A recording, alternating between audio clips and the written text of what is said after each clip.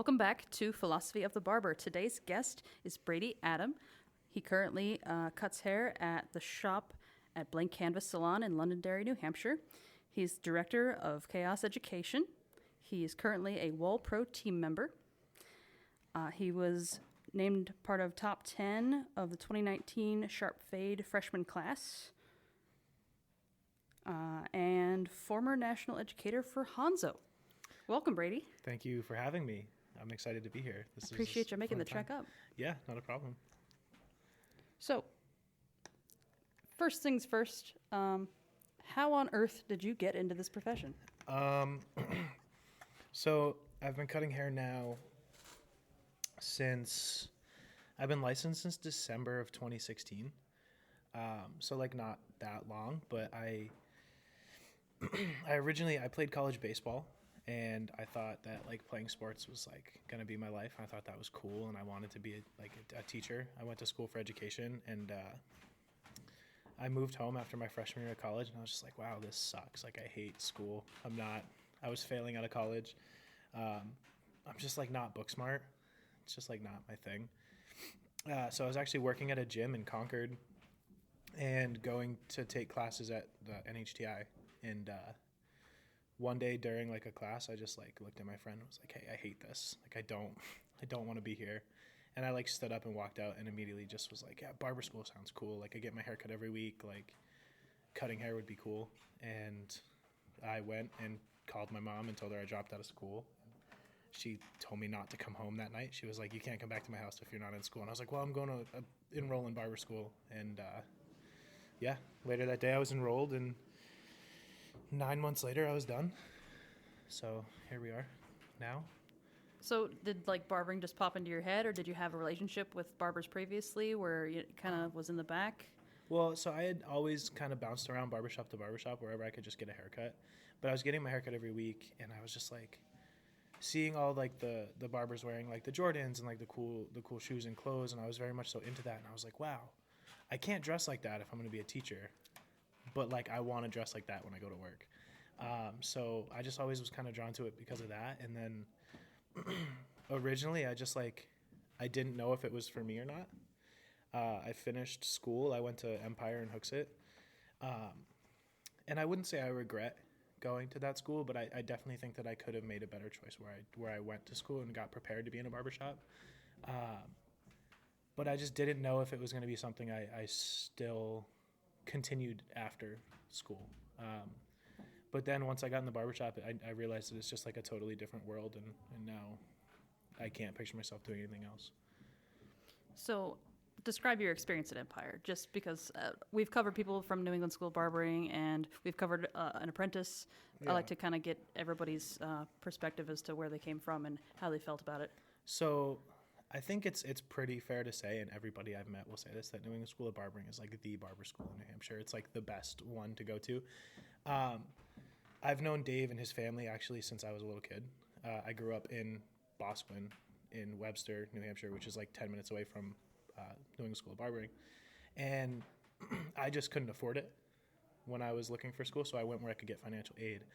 I wouldn't say that the level of education is lower. I just don't think you learn as much. I think Dave really because when you get there, you're cutting on the first day at Dave's school, right? It took us a month and a half to cut a head of hair. Right. We didn't pick up a pair of clippers until like a month and a half in. So I think at that point you're already behind the ball.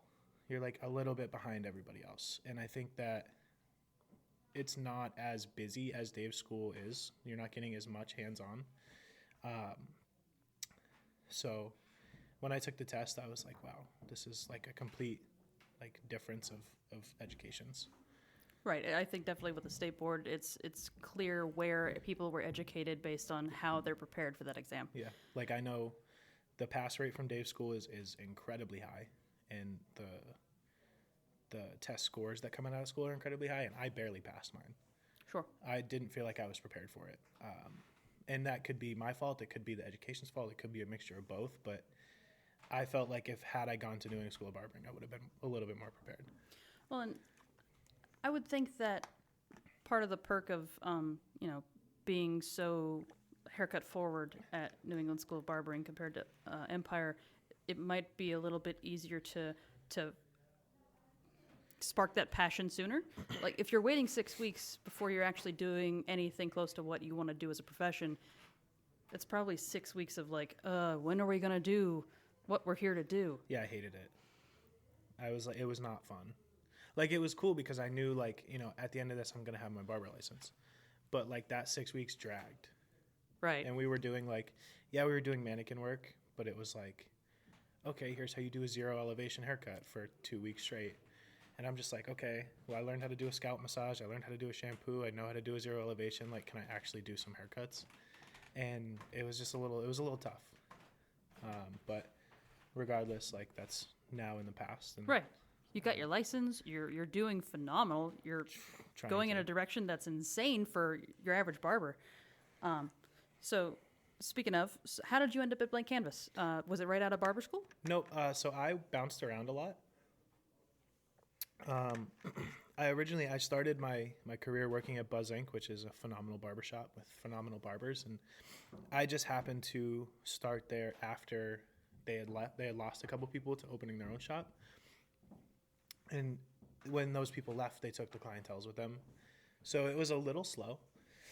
And I was happy there, but I was like, I'm not making money. So I'm going to like go find another shop. So I bounced from there to Handsome Devils, and I was at Handsome Devils for I think like a year and a half. Then I bounced around to a couple more shops here and there, and I quit a shop, and I thought, you know, like this is it. I'm done. Like I gave it 2.5 years. Like I'm over it. Like I'm gonna stop cutting hair. I'm gonna do something else. And Joe at Blank Canvas actually texted me or messaged me on Instagram and was like, hey, like, I love your haircuts. Like, we have the same taste in music. Like, you should come check out the shop. And I was kind of like, yeah, whatever. Like, I'm busy. I'm doing house calls.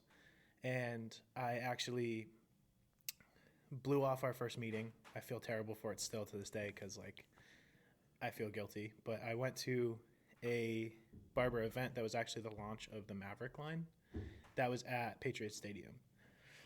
So I went to that instead of meeting up with Joe, and I met up with him the next day. And I had like a 5-minute conversation with him. He was like, yeah, cool. So you want to work here? And I go, I mean, it's a lot, but like kind of, I guess, like, sure. And that's kind of just how it happened. So I've been there for going on 2 years now. So, what was your main, like, were leaving different shops for different reasons, or was it mainly like the ability to make money at a particular shop, or was it something else about your experience there that really you didn't want to stay, didn't feel like home? Yeah, so for me, money's never been the driving factor. Even to this day, like, money's not the driving factor behind what I do. I love doing what I do because I get to create. I get to do something with my hands. Like, I get to make something after that hour-long appointment. Like, I made something. But originally it was driven by money. At my first shop, I left because I wasn't making any, but the second shop, I just had disagreements with a couple of the people that worked there, and it was like constant disagreements, and it got to a point where I was just like, you know what? It's not a toxic work environment, but these are starting to be toxic relationships, so I'm going to leave to maintain the integrity of our relationships. Because it's easier to be friends with somebody when you don't have to see them every day. Oh, it's like having a roommate. Yeah. And then it just like, it was kind of like the same everywhere I went. It was kind of like an environment started to get toxic because I started to try to grow more outside of what the owner of that shop wanted. And he was kind of like, well, why don't you want to do what I want in the shop for the shop? And I'm like, well, I'm paying you booth rent, so I'm going to do what I want to do. And I'm going to grow the way I want to grow. And like, I remember the first time I pulled a camera out in a barbershop, they were like, well, what are you doing? And I was like, I'm taking photos. And they were like, for what? And I was like, well, I'm going to post them on Instagram. And they were like, why don't you just focus on like the walk-ins that are sitting in the waiting room? And I was like, well, I don't want to do walk-ins anymore. Like, I want to be an appointment-based barber. Like, I had one appointment day, and I would be booked out for the next 4 weeks on that one day every week. So it's like, I was like, I can charge more and do just appointments. Why don't you let me just do just appointments? And he was like, no, that's not how the shop runs. And I was like, cool, well, I'll leave. So I found a place that lets me do only appointments. So it was kind of just like finding my niche where I fit in. and where I feel the most at home, if that makes sense. Sure. Yeah, and that's ultimately what matters when you really do find a long-term location when you're not a shop owner, but you find a place that is willing to let you grow in the direction you want to grow and wanting to support that, because that's what an establishment is supposed to do. It's, supporting the growth of their barbers and their clientele, because whatever helps their barbers helps the business. In fact, for me as a shop owner, I've sometimes come up with the opposite issue with barbers of like kind of needing to convince them that an appointment day might be a good idea. Mm-hmm. And at one point we had to deal with that here, but it's funny because with the COVID and Now having to do appointments, now everything's appointments. I had two barbers who didn't have a clientele to like need an appointment day, Right. but now that they have experienced appointments, they're like, Now I well, need to build, if it goes back to normal, like I might want to keep one of these days. This is kind of nice. Right. I mean, switching from walk-ins to appointment only is like the most liberating thing, because if I have an appointment during the day that I have to go to, like a personal appointment, like a dentist appointment or something, I can just block that time off.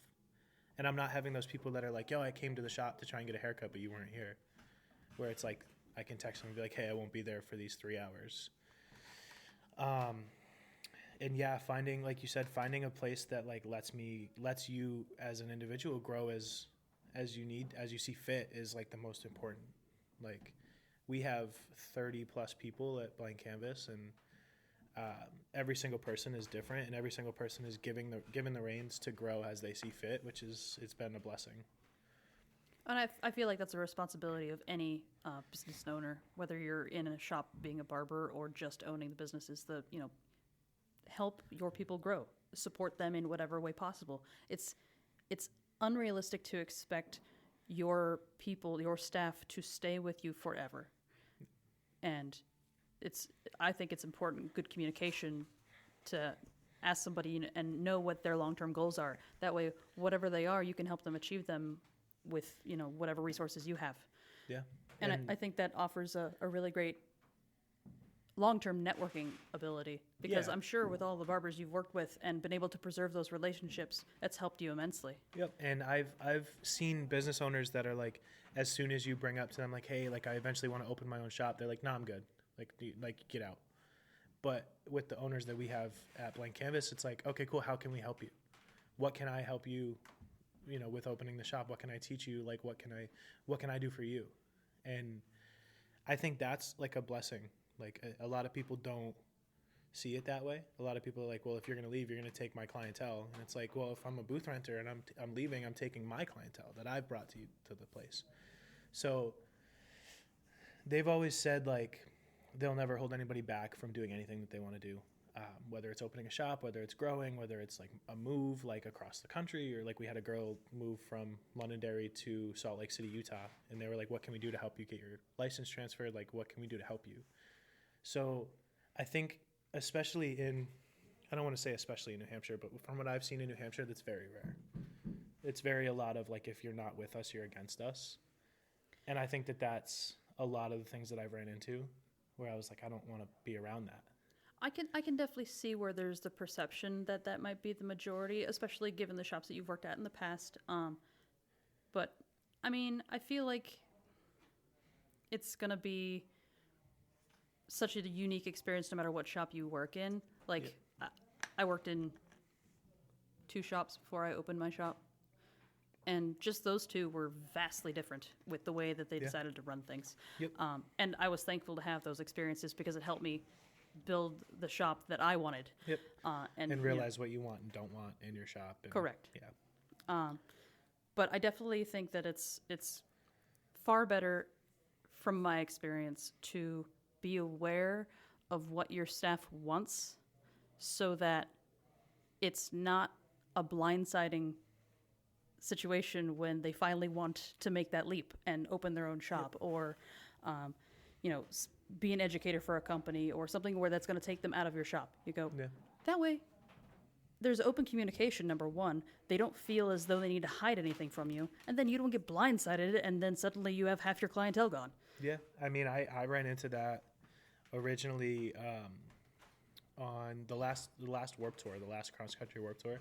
One of my friends was the barber for Warped Tour, and he was like, "Dude, come on Warped Tour with me, cut hair with me, all on Warped Tour."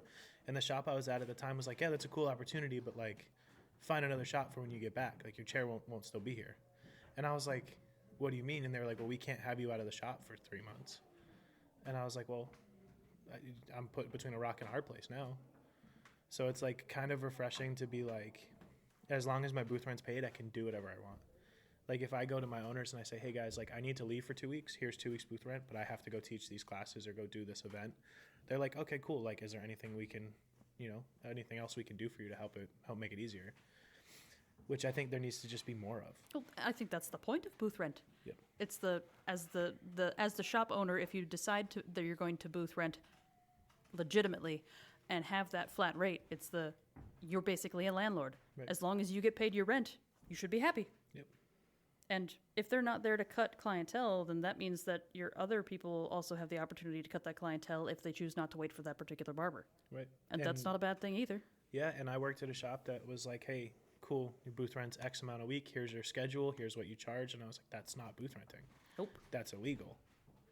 And I think, like at Blank Canvas, we have like a cool, your booth rent's due on this day. If you choose not to come in till 5 p.m. and cut 3 haircuts, like that's fine. But here's what else we expect of you: to be, cleaned up after yourself, and to make your space look presentable. Which I think I just told you before we got down here, I got yelled at for leaving too early today and not cleaning well enough, but that happens. But that has to do with inspectability, which is a legal standard that we have to follow. 100%, especially now with COVID, like we all have to be on top of it even more. Like we have now a checklist in the barbershop that we run through twice every night. But yeah, it's just, I think the line between booth rent and employee gets blurred a little too much, and people pay booth rent without having booth rental responsibilities. Well, and then there's the industry situation that is very common in a lot of places. And I know California has passed legislation to deal with it in whatever way they feel as though best fits them. But all right, you're a booth renter, but the booth rent is based on a percentage, not a flat rate. And that's like a weird gray area when it comes to a lease agreement. Yep. And I mean, there are pros and cons to it. Yep. Pro being if you don't have a clientele, every day you're going to leave with money in your pocket. And so are the people that you're renting from. Yep. But then there's the other point of having the control and knowing what your budget is no matter what. And then the freedom as an owner going, "I don't know what you make. That's not my problem. That's your problem. You're your own business technically. Right. And you just pay me rent. So I know what I'm going to be getting every week." Right. And that's what I think is great is like, I know, it takes X amount of haircuts to pay my booth rent with what I charge for a haircut. And I know as soon as I hit that number in my book, I'm like, okay, cool.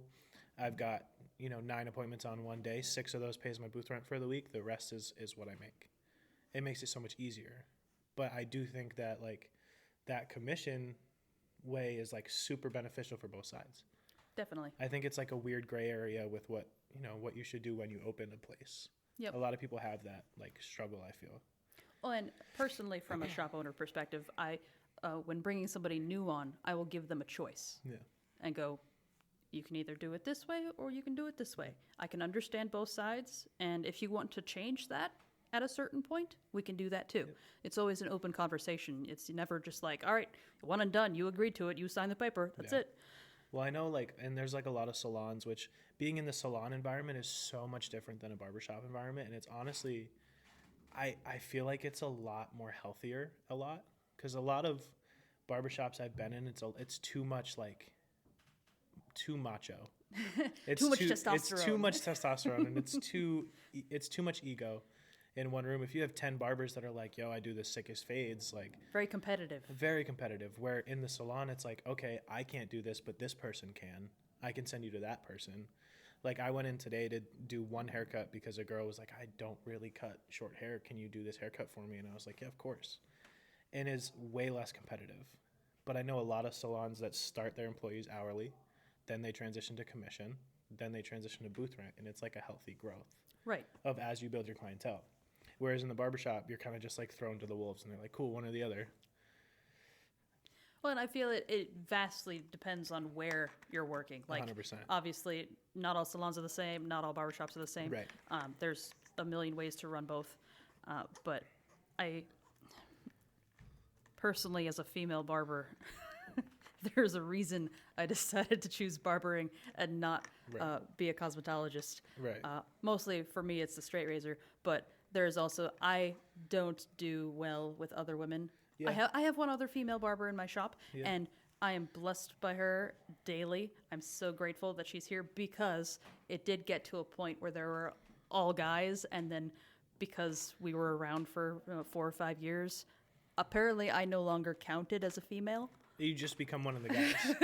like I become one of the girls at the salon half the time. Yeah, and I'm just all right, I'm not guys. okay with that. I just go with the flow. So like I don't personally care, but like Brandon, who actually came with me today, he's new at the shop, and so now having that other guy there with me is cool.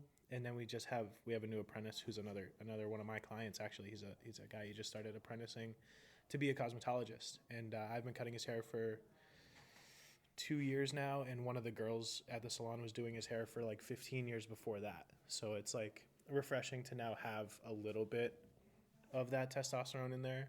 Well, I think without it changes. being overloaded. I feel like it changes the conversation and the general tone of the room because it's more well balanced, where you don't end up with inappropriate conversations for mixed company, one way or the other. Right. Because females are just as bad as males. Oh, they can be heavy. Worse. They can be worse. Agreed. I've like walked into our back room and had to turn around and walk right back out, and Yep. just been like, "All right, guys, I'm good."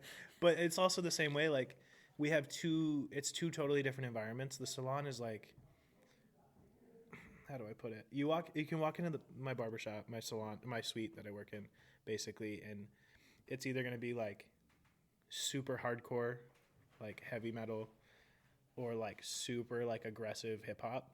And then you walk out to the salon and it's like Fleetwood Mac. And I'm like, oh, I don't know if people are going to want to like come near us. That's an interesting transition. Well, me and Brandon are both like former hardcore kids that used to go to shows and play in bands and stuff. So like we just like, we put on what we know, and we can kind of like tune it out and just be like, oh, it's background noise. But I'll walk out into the salon, I'll be like, oh, wow, Fleetwood Mac, this is cool. And then I'll walk right back in and it'll just be like nothing but metal. And I'm like, wow, this is two totally different worlds. Well, and sometimes you kind of have to put yourself in the shoes of a customer and go, I could see how this might be a little aggressive. Yeah. Well, I had a client actually. So I'm blessed. My clientele is very much similar to me. Like I have a very young clientele. Sure. But Brandon is now still building his clientele. So he's taking like the people who would come to me like because their wife goes to the salon. I'm to the point where like I can't really take many new clients. I have around like 500 or 600 clients. Sure. So I'm trying to like push a lot of them on him. And a lot of them are like buttoned up guys that come in like a collared shirt and they're like, wow, you guys are playing some heavy rock in here, huh? And I'm like, yeah, sorry. I'm going to turn it to Frank Sinatra now. I find that here in the shop, because we have, there are 5 of us right now, we all have such drastically different tastes. And I have extremely eclectic taste, so I run the range. Yeah. So it depends on who gets to the iPad first as to what gets put on a daily basis. Yeah. And there are some times where we just kind of like to play a little game, and it's put on something that we like, that we know one particular barber isn't a huge fan of, and see how long it takes for them to change it. Because, like, we never fight over the music. It's really just like, all right, if somebody throws on Pandora, then they're like, all right, 3 hours later, it's going to stop anyway, so now's your chance. Right. Well, that's like Joe, who owns the salon. He was working with me in the shop for a little bit while I was there. Now he works with me and Brandon on not cutting hair, but like other stuff with the shop. Sure. We kind of run it all together. I would have like some hip hop playing, and he's like a super old school hardcore kid, and he would walk in and be like, dude, can you turn this off? Like, I have haircuts to do. Like, I don't want to listen to this. And I'd be like, all right, cool. I guess we can compromise and like play hardcore, which it's not really a compromise because I'm into it, but like we don't really have that now where like one of us hates it, because me and Brandon are like on the same page. I'm just like, yeah, you want to listen to this? And he's like, I don't care. Or he's like, yeah, can we listen to this? I'm like, whatever. Yeah. It's like sometimes you can't listen to Johnny Cash for 3 days a week. So you got to change it and throw on some EDM or, Well, that's one thing. country or That's one whatever. thing that never gets played in the shop. I can't do EDM. No? I can't do that stuff. I'll do like 80s synthwave, but like hardcore EDM, like go to festivals EDM, like I can't do that. I'll see. We, like I said, run the range. Ugh. Like we got people that are playing ska. We got the old school country. We've got the newer country. We've got. Is it bad that I could guess who is who just by you telling me that? I'm sure you can.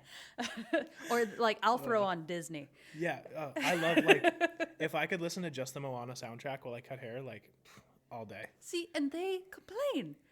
They're like, I don't want to listen to Disney today. I go, but it makes it so the kids are happy. Oh, I don't cut kids, so like I don't get children in my chair. So when people walk in and they hear Disney, if they ever heard Disney in the shop and it's just me, like a heavily tattooed like guy, they just be like, why are you listening to Disney? Oh, please. Like, I've made experiments out of it, just like subtly. And the difference between Disney music in the background and like top 40 radio, it's very slim. it's insane the difference in the kid's mood. Yeah. Insane.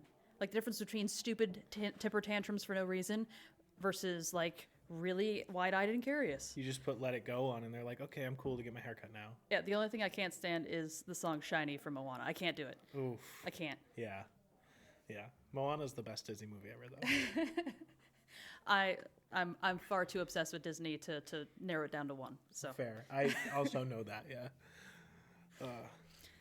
all right, so we've covered, your fantastic experience at Blank Canvas, especially starting out. So I want to know how you got into so much of the Instagram part, like really, really honing in on artistic cuts and creating the art that you do on people's heads. So long story short, We got time. when I graduated school, I actually was told that I wouldn't last in the industry by somebody who was there to instruct. And so that kind of lit a fire in me to be like, cool, well, I'm going to do everything that you told me not to do in school and show you that like I'm going to last. And a lot of people, like I listened to your episode with Corey and he was talking about like the textured cuts where he's like, I don't want it to be too texturized where they have to do it this way every day. And I really respect that. Corey's a fantastic hair cutter. I'm not a traditional barber. I'm the complete opposite where I don't want them to have to put pomade in their hair. So I just started like, I'm very influenced by like punk rock, like the punk rock scene and like old school punk haircuts. And I started getting to like Vidal Sassoon type haircuts and like really liking those. So I just started trying to do things that catch the eye and make people go, I don't understand it. Art. That's what art is. It's my creative outlet, and it's the only one I have currently, which is I love pouring everything into it. But I really started getting into it thanks to, do you know Tommy Ransom? Yes. Yeah, so Tommy worked 2 chairs down from me at Buzz Inc. and has taught me like everything I know. We don't talk too much anymore. We're both busy and on different coasts, obviously. Across the country, you're forgiven. But he's the first person to be like, yo, get a camera, like look at these people that are doing these haircuts and like introduce me to so much stuff. So it really just kind of, I felt like I could go one of 2 ways. I could be that traditional barber who you're in his chair for 30 minutes and you do 20 haircuts a day. Or I could be that barber that does 8 haircuts a day for an hour and a half that really puts everything into it that makes it like a creative haircut. And I did the 20 haircuts a day thing for like 2.5 years. And I was like, wow, this sucks. I was like, I don't want to do 20 haircuts in a day ever again. So when I transitioned to Blank Canvas, they kind of gave me the freedom to cut hair how I wanted. And I was like, wow, now is the time to do the haircuts I want. And it kind of just spiraled from there. I kind of just like started associating with the people that were doing the haircuts already that I like was a fan of, who I now consider friends. So it's like cool. I've gotten to meet cool people from it and it's fun. Well, that's the great thing about our industry is that you really do attract what you want to do every day. So if that's what you want to do every day, it's come to you. Yeah. You have a massive clientele. And, the vast majority of us here do the whole, I mean, we don't do 20 a day. Right. But especially right now with the whole appointment thing. Yeah. But like we can Mm-hmm. if we need to. Mm-hmm. We're very efficient, and that's how we were taught.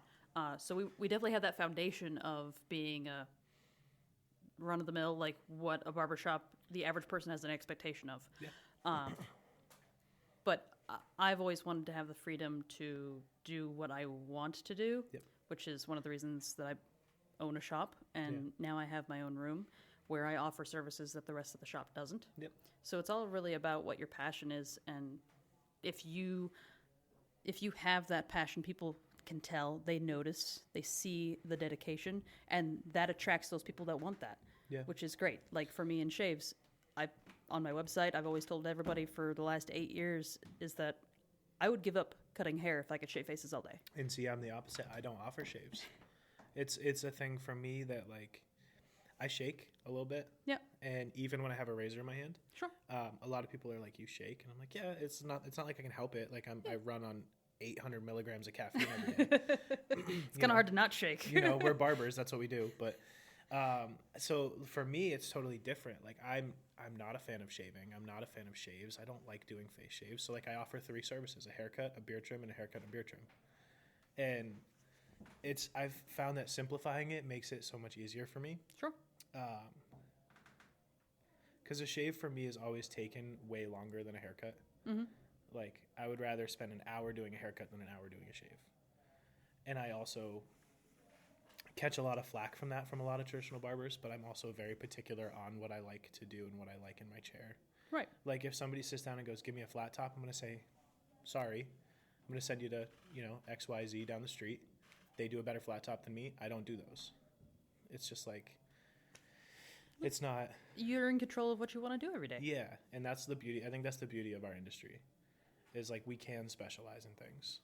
Well, and it's funny because I'm trying to think if it was Corey and I were having the conversation about barbershops in New Hampshire specifically being establishments in our industry being very specialist oriented. Number one, because the population we have here is vastly white. Yeah, which is a shame because like cutting African American hair, Asian hair, like it's always so fun. Oh yeah, it's fantastic. I would rather do those haircuts. And we've always attracted that around here. We have a lot of refugees, a lot of people who have moved up from like New York, Connecticut, that end up in the Lakes region because it's such a vacation destination. Yep. So we get a nice array of clientele that come in. So it keeps us from getting bored. Yeah. But it definitely opens up opportunities that you don't get in other parts of the state. And I mean, you kind of got to work with whatever population you're given at one point. Yeah, but like you said, like you attract what you want to attract. Like I had in the same week, I had somebody drive from Connecticut to Londonderry to get a haircut, and I have a guy that drives every week from Braintree, Massachusetts. It's like an hour and 40 minutes, and he's like, "Yeah, you're the only person I found that does what I want to do." And I'm like, "Well, obviously you haven't looked hard enough because there's plenty of people between here and there." And but like, you really do attract what you really do attract what you want to do by what you specialize in. Like, if I want a pompadour, I'm gonna go to Corey Holt. I'm not gonna come to me. If I want like a super slick back pompadour, like that's not my style. You're gonna go to who does what you want. Right. So it's like, I think that's the beauty of it, is like we can specialize in it without shunning everything else that we don't specialize in. Like, I'll never say like I hate flat tops. I hate flat tops. I don't understand them. I would never have one. But like, if somebody's like, "I love doing flat tops," I'm not going to be like, "That's stupid." I'm going to be like, "Cool, do a flat top. Take all of my flat top clients, please." If you want something, people will give it to you. For here, again, as a business owner, that's one of the great things about having so many different personalities, so many different backgrounds, so many different specializations. Because, I have a barber who does, I would say, 85% of the flat tops that come in here. Because, like, over time, they've sat in a lot of people's chairs, but they've gravitated towards that person that enjoys doing them and is very meticulous with it. And that's what they want. That's what they get. And of course, they love the conversation too. It's not just, what your skill level is. It's also who you are as a person, Right. which is that part that we like to cover on the podcast because it's not covered in a curriculum. Right. Like, nobody really talks about a ton who you have to be as a person, which is authentic. Yep. Like, it's not like, oh, you need to try and be this particular thing. Like, if you're going to be a real estate agent, you have to dress the certain way, and you have to do your hair the certain way, and you have to put forth this facade. It's, you need to be genuinely you. Yeah. You need to be professional. And that's what I found too, is like a lot of people will sit in my chair and be like, yeah, dude, like I just like talking. Like I like our conversation. And I'm very like widely versed in a lot of things. Like I can talk from sports to cars to, God forbid, politics. Like I try to stay away from that, but I'm a lot of people have told me that I'm not very approachable because face tattoos, I'm covered in tattoos. But I'm like, guys, when we have a conversation, like I promise, like it's a good conversation. And I actually had a guy the other day that like he started talking politics, and I like came at him with like some like I do my research. I research politics a lot, and he goes, I'd never expect somebody with face tattoos to like say something like that. And I'm like, well, we've had a one-sided conversation so far. You've been talking at me. And then our conversation after that was like great. So it's really, the conversation is 80% of it. The conversation and the consultation is 80% of it. The haircut itself is like 20%. Agreed. And I think that I'm also one of those people that is not naturally approachable by others, apparently. I think you're easily approachable. You haven't been around me very much. Fair. This is our first time meeting in person. But I also, I'm an introvert naturally, so the only time I can be extroverted is in my space. Yeah. And so if you're in my shop, then if you press the right conversation button, yeah, hold on tight, because we're going to go places. Yeah. And by now my clientele knows what those 3 or 4 buttons are. Yeah. Like I have a client where we yell at each other. We'll start talking about sports and we'll get heated and we'll just be yelling at each other. And somebody will come in and be like, hey, can you guys keep it down? And I'm like, well, he got on my nerves. We started talking about sports and he was wrong. And yeah, it's just like everybody's got those 3 or 4 conversation buttons. I tend to have a goal with any conversation in my room. Is that whatever occurs in the middle of the conversation occurs, but I want to leave the haircut and the conversation better than when we started. Yeah. Because I want them to come back, and especially if they know that there's a healthy, safe place to have proper discourse and share opinions. That's like, my room is basically therapy with a much lower hourly rate. True. That's all people really look for, is like they want to leave, like if they've got something on their mind, like they want to be able to go to somebody that like they can confide in that's like outside of the situation. Oh, definitely. Which like having that private space is cool, Yeah, I find that because I'm extremely noise sensitive, and I've expanded a shop from 3 chairs to 6 chairs, and right. I expected it to not be noisy. I don't know how that happened. Yeah. So, and partly like I'm not a nice person when I have to do multiple things at once. Yeah. Like I can do multiple things at once. But you're in the zone. But it's you either want all those things done or you want me to be nice. You can't have both. Right. I can do one thing and be nice. So that's why I'm not so much, we don't really have a manager for the shop. Like, that's right. not a position. Like, if something needs to be managed, I can pop out and do that. But, it's an as-needed basis. So right. Otherwise, I'm just another barber, cutting hair, right. one-on-one with my clients, and we're having a grand old time. And if my barbers can't settle an issue, then they have another avenue. They go, all right, now we're going to elevate it to the owner situation. Yeah. And then she will solve it, and we know she will. Yeah. Well, that's like, yeah, we try to all solve our stuff like ourselves. Like be an adult. Right. It's tough. It's tough though when you try to juggle so many things at one time, that sometimes we just have to go to the owners and be like, hey, like, what do we do? And that's what they're there for. Yeah. For when you need it. But I feel like sometimes, and I don't want to sound like I'm judging like barbers that decide to work in shops, because I have a ton of them upstairs. Right. It's sometimes people seem as though they're just there to show up, cut hair, and leave. Yeah. Yeah, I And feel like anytime there's any sort of an issue outside of cutting hair, Yep. it's not their problem. Yep. I've worked with a lot of those where they're like, yeah, if it doesn't concern me, like it's whatever. Let me do my haircuts and go home. And I don't think And that builds a good team. No, but I think it has its place. Oh, for sure. I think it has its place, but when you try to build, I try to think of everything less of a team and more of an ecosystem. Because say you have, 12 different kinds of plants and you have an ecosystem at home, every one of those kinds of plants needs its own kind of nourishment to grow how it needs to grow. So if that person wants to just do their haircuts and go home, instead of being like, no, we're a team, they might buck back against that, where they're just like, hey, just let me do my haircuts and go home. Where if you're like, okay, cool, but can you do this, this, and this before you go home? Right. Then it builds it more of an ecosystem. Like they know that they have those responsibilities outside of just cutting hair.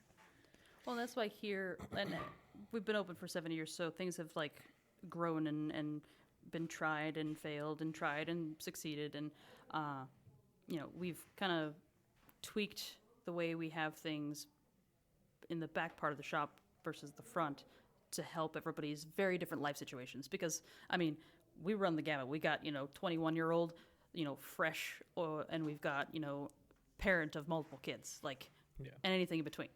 So it really is being an adult, being mature enough to communicate with one another. Yep. Because I'm not a boss. Right. It's not my job because I don't have employees. Right. So they don't work for you; they work with you. Correct. Yeah. So it's as much their responsibility to communicate with each other, and not necessarily with me, to figure things out. Yep. So it's like, hey, you know what? If so and so's having an issue, help them out. Yeah, and that I think having those people that are willing to do that is key.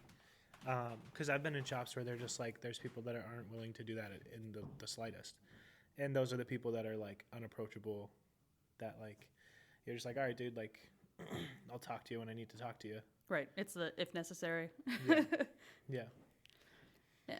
And things are run differently everywhere. So, there's a place for everybody in whatever situation you want. It's just a matter of finding it. Mm-hmm. And I'm so happy that you found yours at Blank Canvas. They're phenomenal. It took me 5 shops. And when I say 5 shops, people are like, wow, that's a lot. And I'm like, if only you saw what I saw. See, I don't consider the 5 shops to necessarily be a lot, but in for 4 years. 2.5 years, yeah, it's a lot. Oh, that's true, because you've been at Blank Canvas for 2.5. Almost 2 years, 2? Yeah. Yeah, so it's been great to find that place where I fit in, because everybody needs to find that place where they fit in. Now, hopping back to during your barber school time, did you pop over to different shops and kind of see what different atmospheres people had? And Yep. I went and shadowed the Polished Man, and Rick's a friend of mine, and I went and got my hair cut. I've been getting my hair cut at American since I was 13. Which is kind of crazy that Will, who used to work there, who works at the Polished Man now, yep, is the first person to ever cut my hair in a barbershop, and he's still a good friend of mine. Nice. And then I went to Buzz Inc., and as soon as I went to Buzz Inc. and I met Andy, I was like, wow, this is the place I want to be. And I met the barbers that were there, and I was like, cool, no other shop matters at this point. This is what my sights are set on. Andy's a phenomenal barber. Oh, he's incredible. Him and Tommy taught me everything I know. Yeah, I still follow Tommy on social media. Keep tabs on him and Tyler Poole. Yeah, Tyler. So I was actually cutting Tyler's brother for the last year and a half until he just moved. I think they moved today to Portland, Oregon. Oh, nice. So they started their trek out there today, yeah. So Tyler was like, yeah, if you're going to get your hair cut, you go to Reed in Portsmouth or you go to Brady. And I was like, wow, to be in that company with Reed is incredible. Reed's on my list. Reed is he's an incredible barber. There's so many good barbers in New Hampshire, though. That's the thing. So everybody can find somebody who specializes in what they want. Well, I feel especially because you're going down the path of being a brand educator, that you are actually helping a lot with technically getting New Hampshire on the map when it comes to our industry. Because I feel like Northern New England is very much a black hole when it comes to people knowing about good talent in our profession. Yeah, and I think I try to, how do I put it? I try to avoid putting it in this category of these are the people putting this area on the map, but you have me, DG Cuts, Reed, and Kern Candage at Black Door in Maine. And a lot of people are like, oh, I know you. You're the New Hampshire guy. And I'm like, I'm the only person that like, I'm the only, that's all you know in New Hampshire. And they're like, yeah, you're the only person I know in New Hampshire. And I'm like, that's kind of weird. But I think it's cool because there's so much untapped potential. And that's why I actually started the education brand with Brandon upstairs. Actually, we just saw a need for people to have a platform because a lot of brands won't give people a platform from an area of this, like Northern New England's not big on the map. Like, No, it's not. if you're from New York, LA, Florida, whatever, you get like, of course, you know, you're going to gain a bigger following, like Just by virtue quicker. of population. Yeah. So I don't know what the population is in New Hampshire, but About 1.3 million. that's not a lot. No. But, so For a whole state, no. yeah. So we started Chaos Education as a way to kind of bring that platform to people because I've been fortunate enough to build what I think is a solid platform on social media, to the point where I get asked for independent classes a lot. And we have people all over the country that have already asked for classes and asked to be a part of what we have going on. So giving the platform to the 6 people that we have on the team is, I think, important because otherwise they just get passed over. Like, we have a kid on our team who's been cutting hair for a year, and he's like one of the best barbers I've ever met. And he was like, dude, nobody cares because I've been cutting hair a year. And I'm like, well, Seriously, on paper. it's like cool, you've been doing it a year, but like you're better than these dudes that have been doing it for 10 years. Like, I think it's just cool to have that platform. Well, and it's so much, I feel today, a social media game. Like, if you don't know how to market yourself, forget it. So you have to be as good with a camera as you are with a clipper because that's how you're relaying your talent. Yep. And that's what everybody's looking at now. Yeah, and the followers don't mean any. The followers do and don't mean anything. If somebody wants to get picked up by a brand, like I got picked up by Hanzo when I had 2,000 followers, and that was a year and a half ago. Just by virtue of like going to my Hanzo rep and saying, "Hey, I just taught this class 4 hours away, and there was 50 people there. I sold 50 tickets. Like, here you go." And she's like, "Oh, you've been putting in the groundwork." I think a lot of people have been apprehensive to put themselves out there in that way, where, you know, in Northern New England, like you said, like we're kind of at a disadvantage. But I hosted 2 classes within 4 months of each other, and they were my first 2 classes ever, and I had 100 people between the 2 classes. So it was like, okay, wow, we can really do this. Like, this is something that, like, there's some barbers out here that need education, that want education. I feel like it's very comparable to, like, it's taken barbers searching high and low for old school barber chairs that aren't made anymore for the past 10 years, at least around here, before the industry decided to fill that need and make quality barber chairs again that you can buy. Mm-hmm. And that's like, I've been using, for the first 3 years of my career, I used those like $500 like the black ones with the foot pump. Oh, yeah. And The Sally special. Yeah. Well, no, they were like AGS salon equipment. Okay. But I went to Blank Canvas and we used Takara Belmonts. And I was like, wow, this is the first like good chair I've ever used. Like even something as small as that, like I've never gone to a shop across like in California and seen old school chairs like yours are. Yep. Everything is like, because there's so many barbers, there's so many people, like it's so difficult. So I think it's really cool that now that most of the chairs are being made quality again. And I think that it's a direct comparison to Northern New England's need for education is that sometimes it takes a little while for that need to be met, for the market to realize it needs to correct. Yeah. And you're on the cutting edge of it. I'm trying to be. I think not necessarily that we need more education. We need more modern education. I think that the techniques that are being taught in school, like while they work, they're like basics. Right, it's a foundation. It's a foundation, but nobody's told like, hey, go try and find more continued education after you learn these foundations. Like I was told in school, like, this is what you need to cut hair in a barbershop. And I was like, well, like the amount of barbers that I meet that are like, I've never taken a class. I'm like, well, why? Well, I know how to cut hair. Well, okay. Well, what if somebody walks in and they want a crop? Well, I'll give them what I know how to do. And it's like, okay, well, then you're not going to grow. I've found that, because I've sent some of my guys to education classes before, but I find that anything that is marketed for barbers is not actually for barbers. It's basic barbering skills for somebody that doesn't know them, which means that in order for barbers to really grow, we actually have to go across the aisle to cosmetology to find new things. And a lot of barbers are scared to do that. Right. So I don't know if it's an ego thing or just like, oh, there are flowers over there. I don't know. So I don't call myself a barber actually anymore. I'm a hair cutter. I cut hair. That's what I do. I specialize in short hair. I'm a hair cutter. I feel like calling myself a barber puts me in this box.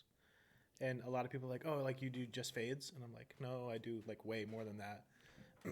Like the first time I did a pixie in a barbershop, they were like, you just cut a girl's hair in a barbershop? And I'm like, yeah, I mean, I just made $60 to do that one haircut. Yeah, I do females all the time. 100%. 30% of my clientele is female. So being on the edge of like being able to like step out and expand to that where it's not the same as it has been for so long, I think is important. Well, I feel like that's going back to like what you fill your day with is that if you're turning things away just based on your lack of knowledge, I think that's unfortunate if you're wanting to grow in several different directions. Mm-hmm. Like I personally never want to be somebody where somebody comes in and asks, do you cut this type of hair? And I have to say no, because I've made a point to grow as a barber in where I can to go, I want all sorts of things in my chair. Like, you want to be in my chair? I want you in my chair. Yep. And that's I think Corey said it best where he's like, yeah, I'm gonna tell him like, hey, I might not get as much practice on it. The first time it might not be exactly there, but I promise you I'm gonna give you everything I have. Like I said it the other day that the only color that matters in a barbershop is green. Because money, like everybody's going to pay you for your time. Doesn't matter if they're black, white, Hispanic, Asian, polka dotted. Like, if you want me to cut your hair, I want to cut your hair. Well, and you, especially if you set yourself up with what you want to make in a day. Like, right. If you have made yourself an hourly rate, then however that time is filled, you're making that rate. Yep. And then you don't have to worry about that. Yeah. It's about your time being filled, not so much your wallet anymore, because you've already done that budget. Right. And that's the thing, too, is a lot of barbers are just like, yeah, I show up, I cut hair, I go home, whatever I make is what I make. And I'm like, okay, I charge $40 for a haircut. I know if I want to make X amount, I need to do at least 10 haircuts a day. And if I don't hit that, then it's like almost a waste of a day. Because I know then that budget isn't met and I have to make up for it with more hours. I work 14 to 16 hours a day every day in the shop. I'm there 7 a.m. to 10 p.m. almost every day. And a lot of people ask me why, and I'm like, because I've set that budget so high for myself. I set what I want to meet so high for myself that I'm willing to do that and lose that sleep to do it. And a lot of barbers I find aren't at that point. Yeah, everybody has a different level of 100%. Their drive. Yeah, 100%. And, how they want to fill their day. Not everybody is as passionate as we are. Right. Where it's like, being there 16 hours a day or running a whole shop, not just cutting hair, right. Wherever you want to spend your time. Yeah. Everybody's level is different. So we can't knock anybody for doing what they want to do, and as long as they're happy, right? 100%, right. That's the goal. At the end of the day is are you happy with your day? And you don't wake up and go, not again. I gotta go to work. And that's the thing is I never I got home at 11:30 last night and I wasn't like, oh, I gotta go to work tomorrow. I was like, oh wow, I get to cut hair tomorrow. I love doing appointments. I've been doing appointments for several years now. And I like waking up and seeing who I'm seeing that day. I'm like, yes, because I know we're going to have great conversations and we're going to have some fun. Yeah, I know on Thursdays I can have, because I have a bunch of people who come weekly, and I know on Thursdays I have the same 4 people, and I'm like, okay, I'm going to get new music from this guy, I'm going to get good sports talk from this guy, and good life advice from this one. And it's always refreshing to have that during the week because that's the start of my week, and I'm like, okay, I really need that to power me through the rest of the week, And for me, that's my social fix. That's how I'm social, is being a barber. Yeah. Otherwise, if you find me in a grocery store, leave me alone. Right. And that's, if I'm not cutting hair, I'm at home, curled up watching Netflix. That's all I do. So I'm the same way. Well, sweet. Let's talk about you moving forward with Wall. So that's a recent thing. Tell me how that came about. So I've used wall for like my whole career. Even when I was cutting my hair myself in high school, I was using a wall clipper. And even though I've branched out and tried different brands, wherever I've gone, I've always had a wall magic clip on me or like a wall senior, like something like, because I just know that, in my opinion, they're the best clippers that you can buy. And they sent out an email and they said like, hey, apply to be a part of the select team member, or part of the select team. And I was like, you know what, like for the hell of it, like I'll send an application and whatever, I'll send my Instagram in. And I got a message on Instagram like 2 weeks later from he's the director of, not director of education, but he runs the wall page. He's like, hey Brady, it's so and so from Wall, like we really really love what you do, like we just want to congratulate you, like we chose you to be one of the select team members. Please keep it secret, we're not announcing it till next Friday, blah blah blah. So I was getting my hair colored actually when it happened by one of the girls in the salon, and I immediately started bawling my eyes out. I was like, I didn't think it was going to happen, like this is like awesome. And so now I get a package from Wall every month. They send us out like 2 or 3 things, and I post for them. I say like, hey, this is what Wall sent me, this is what I think of it. They want us to be brutally honest, but my end goal with them is to educate for the company. I think that the company's had a lot of the same style education for so long that now there's a lot of people doing more edgy textured stuff that they're bringing on the team. So my end goal is to educate for them. They're an amazing company to work with. They're the best company I've ever worked with. And yeah, that's kind of it, honestly. It's like pretty simple. There's, I think, 20 of us on the select team. And there's some of my like really good friends, some really amazing barbers. And I'm sure that definitely opens up your network moving forward to more people in the industry and different styles that you may not necessarily be able to find here in New Hampshire. Yeah, and I think that that's probably my favorite part about it, is that I get to open up my like kind of branch out and see more and meet more people, and because at the end of the day, all we have is our person-to-person contact, whether it's behind the chair, away from the chair, with other barbers. Like it's all person to person, and being personable is like the biggest thing, and meeting the people like immediately it was just like I had 20 new best friends, so that was pretty cool. I'm sure there's definitely a common energy and enthusiasm for the profession that is just intoxicating when you're with that many people that share that passion. Yeah, and it's something that I haven't found so much around where we are.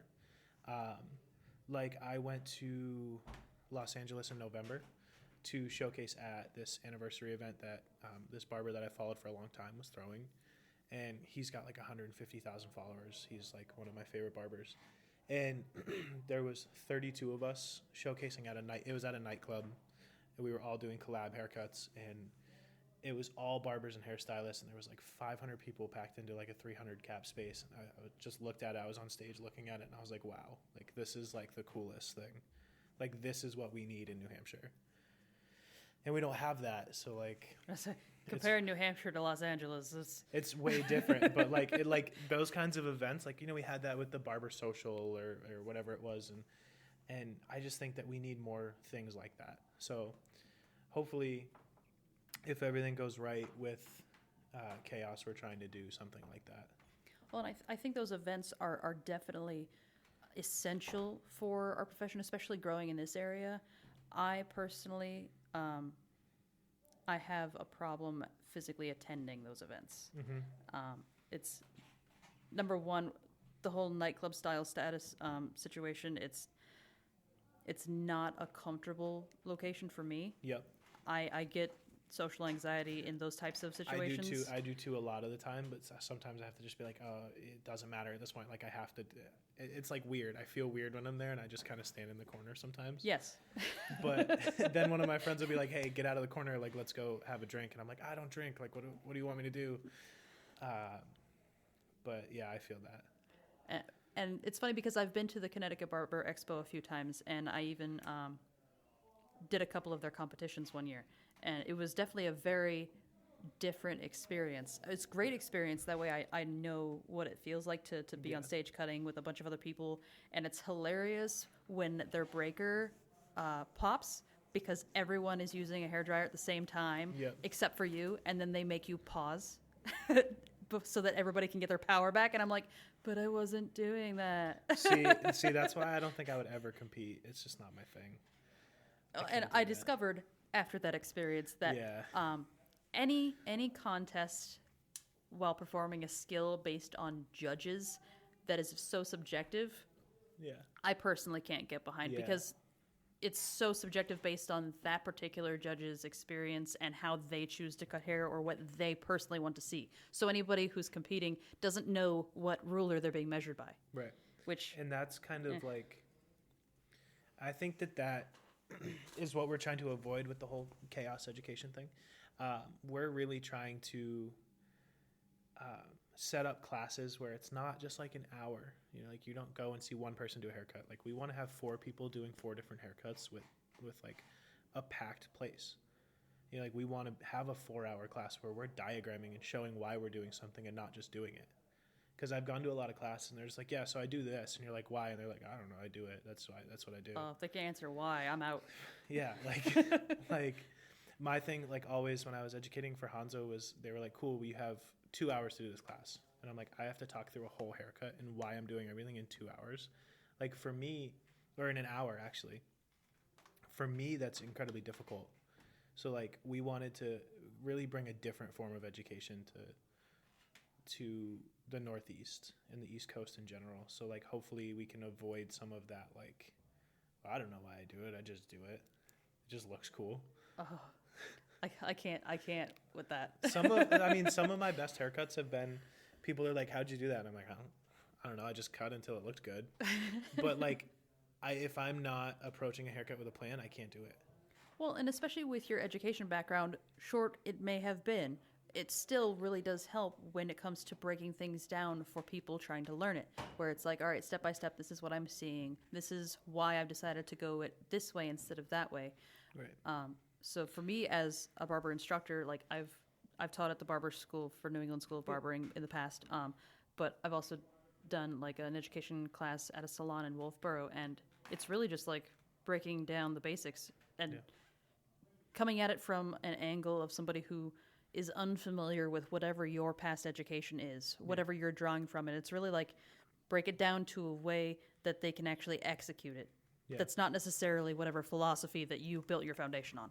Well, and so that's my thing is I want to educate based off of like precision and like this is why we take this section here, this is why we elevate it this way, because when we elevate it this way it's going to fall here instead of just cutting it. Like I had somebody tell me one time like, well, I can get a better haircut scissor over comb, and I'm like, well, you can't do a precision haircut scissor over comb. And they're like, yeah, I can. I'm like, well, you can't hold tension scissor over comb, so like how are you going to get a precision haircut? So like finding a barber who's willing to like take sections and cut palm to palm is like so like few and far between. Now it's more prevalent, but like I would do that in a class and a barber would be like, well, why are you doing it that way? That's not right. I'd be like, well, it works. And they'd be like, well, it's not right. And I'd be like, okay, well, I'm the one teaching. So like if you don't want to, like you can just like. Oh, that's the thing is there are multiple ways to achieve the same look. Yeah. Nothing is wrong as long as you get the same result that you were going for, right? Right. But like, I don't know. It's just, it's hard watching, like sitting in a class and like listening to somebody try and explain what they're doing without explaining what they're doing. They're just like, yeah, so I did this foreguard on the sides. And I'm like, why? And they're just like, I don't know, to debulk. Yeah. How did you determine that you were going to use that instead of something else? And I'm like, so why a 4 though? And they're like, oh, it's just what I grabbed. I just like, I can't do that. Because it's not like taking into account like basic things that you should be taking into account, like texture and density and like all color, all of those things. Right. And that's like when I approach a haircut, I approach it backwards from how I was taught. I was taught to go from the sides to the top. I go from the top to the sides because I set my foundation, I style it, everything, and then I fade into it because I know I can get scissor work done on a haircut in 10 minutes. My fades take me 40. So like, why would I do it backwards and then try to rush the top? And then you end up losing your style. Because like Corey said, a shape and a haircut is the most important thing. Oh, definitely. Yeah. And I feel like it's kind of like people who put in a line to create a fade versus tapering down and not putting in a line. You can achieve the same result either way. It all depends on what is more efficient for you and what achieves the level of result that you want. Yeah. Like, and nobody's wrong for doing either one. Right. And I'm kind of right in that middle ground where I taper down to a 1.5 and then I put my skin line in and then I fade up. So it's like kind of that weird mesh of two different techniques that when I do that, people are like, I don't understand that. And I'm like, cool. Well, I don't know why I do it. It just works. Well, and I mean, it's not necessarily, why you do that. I mean, that's the great thing about learning from so many different barbers once you've exited barber school and being at different shops, learning different techniques is you find what works best for you and your style. So it's all right, if you find somebody that understands the put a line in, right, you can teach them the other part after they've gone, well, I already know this half of it. Yep. And you can go, well, all right, now this is why I do the other part. And right. then vice versa, you go, all right, well, I can teach somebody who knows how to taper down why I put in a line here in order to achieve that. Right. Like I've seen people, it's just like cutting wet versus dry hair with clippers. I've seen a lot of people that are like, yeah, I soak the hair down and I go into my clippers. I'm like, why do you do that? They're like, well, it works for me. And I'm like, okay, cool. It works for you. But like wet hair and an electric motor, like, I don't understand that. But if it works, it works.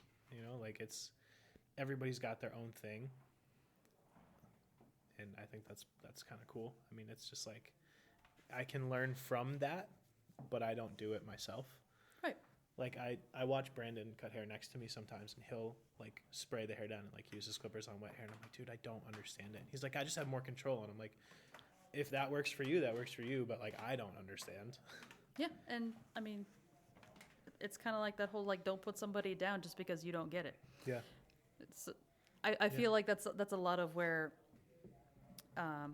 bad blood comes, especially in our profession, where it's like, stop judging somebody just because they're different from you. Well, and I think that too. I think that's very present in our industry. Like, one of my haircuts recently got reposted on Barbershop Connect, and it was like a half bowl cut, half like skin faded crop with like a super blunt fringe. I bet that elicited a reaction.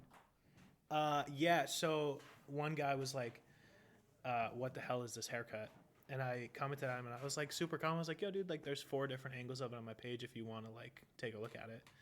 And he replied back with, damn, dude, this is whack, but like you're a beast. And I was like, oh, thanks, I guess. Like that's kind of like a backhanded compliment.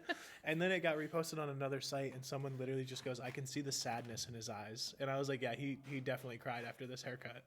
And I've come to now counter people like judging with like as much comedy as I can. Like somebody will be like, wow, this is whack. And I'm like, dude, I know I can't cut hair like for the life of me. So I think that's kind of where I'm at. I just try to take everything in stride with that. Yeah, roll with it. Because I've come to get a lot of that where like I've been told since I started cutting hair that all I want to be is a quote unquote Instagram barber. But like being an Instagram barber apparently has led me to some cool places. So right? Like, why is that a bad thing? It's like somebody, this culture we have today of if something gets too popular for too long, then it becomes cool to hate it. Yeah. That's where we are. I mean, yeah. It's a very hipster industry. I'll say that. But at the same time, anti-hipster. Anti-hipster, but also so hipster. Like, I'm sorry. I think that like a super slick side part looks like it's 2020. Like it's not 1940. Like I get it. It's got its place, and it's like like a traditional haircut. Yeah, one of those we would quote consider timeless.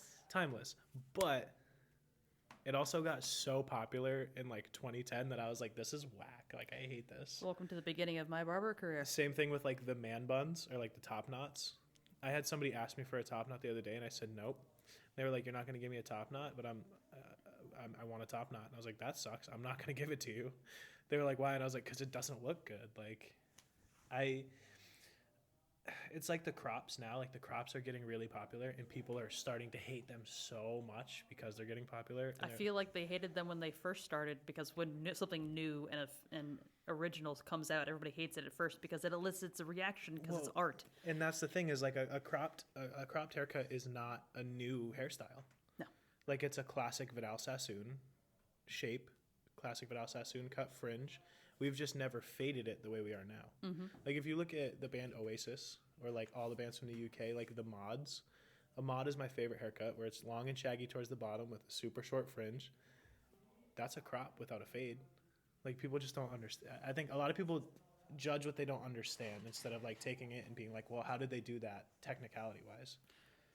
I feel like there's so much of a lack of knowledge, and this is a concept that could be applied across the board in every issue when somebody is judging something they don't understand. Yeah, it's 100%. because they don't know. There's 100%. A lack of knowledge. It's like you're right. That's, yeah. If you could seek more knowledge and understanding, you would be less judgmental. And I think that's the key in this industry is like, we need to always be seeking that knowledge where like, I've worked in shops where they're like, no, you don't need a camera. Just take a picture with your phone. And I'm like, yeah, with my iPhone 6, I have an iPhone 11, but like at the time I was like, yeah, my iPhone or like your Samsung camera is great. And they're like, you don't need a $1,000 camera. I'm like, yeah, but my pictures look cool. Like at the end of the day, like that's the whole thing is like, and ultimately it's your portfolio. Yeah. And if I'm showcasing a haircut, I'm going to showcase it at like the highest quality I can. And I follow Andrew Does Hair, and I watch some of his YouTube videos, and he makes a phenomenal point of going, he's incredible. You can take a good haircut and make it look amazing with a good camera. Even with a bad camera, like my camera setup was $400. His camera setup is like $4,000. And I think that's a lot of time, like, people don't understand that showcasing a haircut through a camera lens looks way better than showcasing it through a phone. Because then, like, what if someone has a Samsung Galaxy S1, right? Like that dude out there that still has a flip phone. His battery lasts 30 minutes, but it works. Yeah. It's like, I'm not going to look at that. I'm going to scroll right past it. Mm-hmm. Like, if I see someone with, like, a nice, crisp photo from a camera, I'm going to take a second and, like it. Because you're controlling the perspective that you're seeing that haircut through. Right. And that matters. Right. And like the whole editing your photos and everything, like a lot of people are like, don't edit your photos. I edit every single haircut, every single photo. Like at the end of the day, it's a capture of a moment. Well, and I feel like it's one thing to edit; it's another thing to Photoshop. I still think photoshopping is like, if that's what you have to do, do it. If you want to showcase like Big West, for example, do you know Big West? So he's on the Wall team as well, and he was I want to say he was a portrait photographer before, and he photoshops everything like crazy. Like it doesn't look real. But he says, he's like, yo, I Photoshop it. Like he's open with it. Right. He's like, I'm using Photoshop for the photo itself. I use Photoshop. I don't touch the fades. I don't touch like anything, but I'll adjust like colors. I'll get stuff off the face, like hair off the face, or like temporary blemishes off the face. Like, yep. I'll never remove like a mole or like a birthmark or anything, but if somebody has like a pimple or like a blackhead, I'll take that off the face. I'll take hair off the face. Yeah, or like even out redness or take bags out of the eyes, like, and then I'll go through and I'll like clean up, like, if there's like redness on like where I edged up the front, like I'll clean that up. And at the end of the day, it's just capturing a moment. It's capturing like the haircut itself, without altering the integrity of the haircut. And that's where I think the difference is. Like, it's not necessarily using the application to Photoshop. It's the understanding the difference between a doctored photo and an authentic piece of art that you've created. And then you're also creating a secondary piece of art by capturing that. So do you feel the same about, like, people using the hair enhancements? I mean, hair enhancement, that has personally everything to do with what the customer is wanting. If that's what they want to walk out of your shop with, power to you. Yeah. But at the same time, I go, there are those that, in my opinion, overuse it to the point of instead of having a quality haircut that you can create, they manufacture it with color difference. Yeah, I mean, I've used hair enhancements like for photo shoots and stuff, like just to fill in spots on beards and make things look fuller. And And we have some X-Fusion stuff that, Yeah. some of our customers want because Yeah. they're performers, Yeah. or, they have a special occasion. Yeah. And a lot of people are like, well, it's going to wash out like right after. And I'm like, cool, if I'm only using it for a photo, that's all that matters. Yep. Like if the Same thing with product. Yeah. Okay, if that's your justification, then why bother putting product in somebody's hair? Yeah. And that's the thing too. Like, I'm also like super stickler with product. I don't use anything shiny. I won't put shiny product on people's hair. Some of my clients are like, yeah, but I like the shiny look. And I'm like, okay, cool. But everybody's hair looks great with a matte finish product. Not everybody's hair looks great with a shiny product. Like I had a blonde dude that was like, yeah, can you just put some pomade in my hair? And I go, no. He goes, why? And I was like, because I'm going to be able to see your scalp through it after. And I think that that's another thing that we don't get taught is like when to apply different looks on different people, like product wise, where I was just taught like, yeah, you take some pomade and you just like. All of our product knowledge has definitely come from like experiencing it ourselves. Like there was never any instruction given when it came to product in school. Right. But that's also because they don't subscribe to a particular brand. They want you to go and figure out what you like and what you want. Right. Like the first time I pulled out texture powder in a barbershop, they were like, what is that? Why are you using that? And I'm like, okay, cool. Well, it's going to make this blonde dude's hair look way thinner and way thicker and way fuller. And it's going to look, even better. And I remember at one shop I was cutting the boss of the shop's hair one time, and I went to put texture powder in his hair, and he just stood up, took the cape off, and was like, I don't want that in my hair. And I was like, okay, I'm done here. I think I'm gonna go home for the day. See, I remember vividly the first time I ever saw textured powder. I was in barber school, and we went to a hair show back when Salon Centric did that in Massachusetts. Yep. Or maybe it was, I think it was Mass. It was Surface. Yeah. Yep. And they had their organically derived line that had texturizing powder, and I was like, what? They're an incredible product line. And I was just like blown away. I was like, what is this? And then when the company started marketing it towards barbers finally, it was like, it's like so many other products. It's dude, this has been around forever, and it's just being packaged in a more acceptable component that you're willing to accept. Like the texture powder I use is the least quote unquote manly looking texture powder. I use the Kevin Murphy Powder Puff. Yep. It's the pink ball. And I'll like pull it out to put it in like one of my clients' hair, and they're like, what are you using? And I'm like, oh, it's texture powder. Like it works the same. It's totally fine. It's actually the best one I've found. But that's just what's crazy is like product knowledge as well. Like I think that's another thing that I want to lean on with the chaos education is like not everybody needs to use pomade. Like there's not just two products. One works for one person, one works for another. Like everybody needs a different product. Like the use of a blow dryer is important. The use of a blow dryer is the most important thing in styling men's hair, I feel. And I was always told that like, hey, a blow dryer is for getting hair off your client. And I can't stand it. I can't stand that. 80 to 90% of my clients blow dry their hair because they get hairstyles that they need to. On my station, I have a $500 blow dryer. Like, same. Yeah. Do you use a Dyson? Yes. It's the best blow dryer. We have 3 in here. I use the blue and gold one. It's like a Sephora official. Oh, nice. I've never shopped at Sephora. Being me, I've never shopped at Sephora, but I was like, you know what? I really want the blue and gold one. So if I have to go into a Sephora, I will. I went to 6 Sephoras in like one day, and then it was like, I'll just order it online. Yeah, that's the best way to go.